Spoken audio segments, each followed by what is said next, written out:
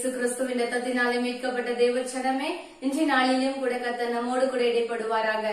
இன்றைக்கும் கர்த்தர் நம்மோடு கூட பேசுகிற வார்த்தை யோபு 28வது அதிகாரம் 20வது வசனம்.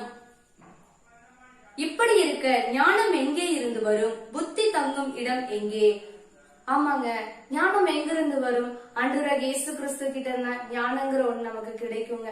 நம்ம ஆண்டவர் கிட்ட ஆண்டவரே என்ன ஆசீர்வதிங்கப்பா, என்ன பொருளாதாரத்துல ஆசீர்வதிங்க ஆண்டவரே, என் படிப்புல என்ன ஆசீர்வதிங்க, என் வேலையில என்ன ஆசீர்வதிங்க, என் வாழ்க்கையில என்ன ஆசீர்வதிங்கன்னு சொல்லிதான் நம்ம ஆண்டவர் கிட்ட ஆசீர்வாதங்களே கேட்டு கேட்டு நம்ம பழகிட்டோங்க.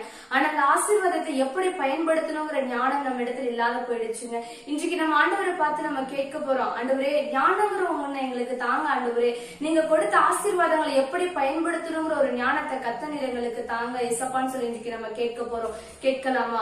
பரிசுத்தமுள்ள எங்கள் நல்ல பிதாவே, சேனைகளின் தேவனாகிய கர்த்தாவே, உம்மை நாங்கள் துதிக்கிறோம், ஸ்தோத்தரிக்கிறோம் ஐயா. ஆண்டவரே, இன்றைக்கும் கூட இசப்பா உம்மை நாங்கள் ஸ்தோத்தரிக்கிறோம் ஆண்டவரே. அப்பா, இத்தனை நாட்கள் ஆண்டவரே வெறும் ஆசீர்வாதத்தையே நாங்கள் கேட்டு நாங்கள் செபித்திருக்கிறோம் ஆண்டவரே. அந்த ஆசீர்வாதத்தை எப்படி நாங்கள் பயன்படுத்தணும்னு எங்களுக்கு தெரியாம போயிடுச்சு ஆண்டவரே. அதற்கான ஞானத்தை கத்தனீர் எங்களுக்கு தாங்கன்னு சொல்லி ஒப்பு கொடுத்து நாங்கள் செபிக்கிறோம். அப்ப இதை பார்த்து செபிக்கிற ஒவ்வொரு பிள்ளைகளுக்கு கத்த நீ ஞானத்தை கொடுத்து நடத்துங்கன்னு சொல்லி செபிக்கிற. ஞானம் என்கிற ஒன்று ஆண்டவரே அது உம்மிடத்தில் அல்லவா இருக்கிறது தகப்பனே. ஞானத்தை நீ கொடுத்து நடத்துங்கன்னு சொல்லி ஒப்பு கொடுத்து செபிக்கிற. இயேசு கிறிஸ்துவின் மூலமாய் செபிக்கிற எங்கள் ஜீவனுள்ள நல்ல தகப்பனே. ஆமென், ஆமென். God bless you. God bless you.